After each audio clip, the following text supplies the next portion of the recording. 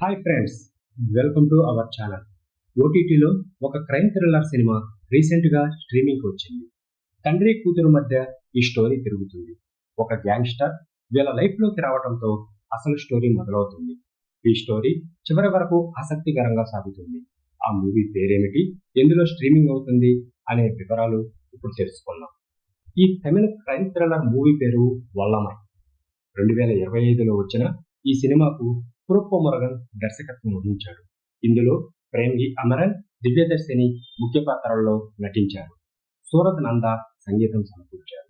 ఈ మూవీ 2025 జనవరి 10న థియేటర్లో విడుదలై జూన్ 2025న ఆహాలో స్ట్రీమింగ్ అవుతుంది.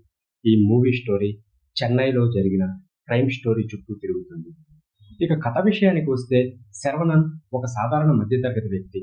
అతను తన కుటుంబంతో సాధారణ జీవితం గడుపుతుంటాడు.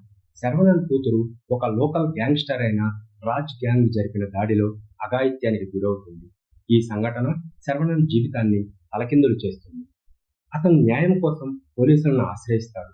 అయితే రాజుకు రాజకీయ మద్దతు ఉండటం వలన ఈ కేసును పోలీసులు క్లోజ్ చేస్తారు.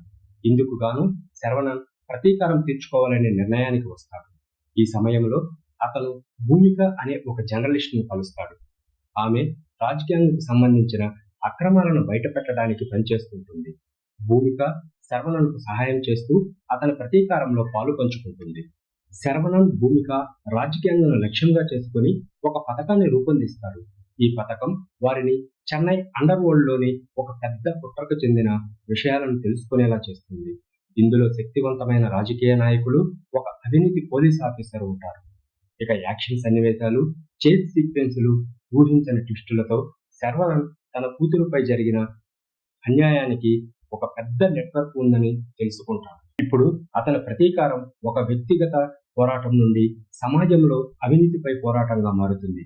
భూమిక జర్నలిస్టుగా రిస్కులు తీసుకుంటూ ఈ కుట్రను బయటపెట్టే ఆధారాలు సేకరిస్తుంది. క్లైమాక్స్ లో రాజుపై శరవణన్ ఒక యుద్ధమే చేస్తాడు.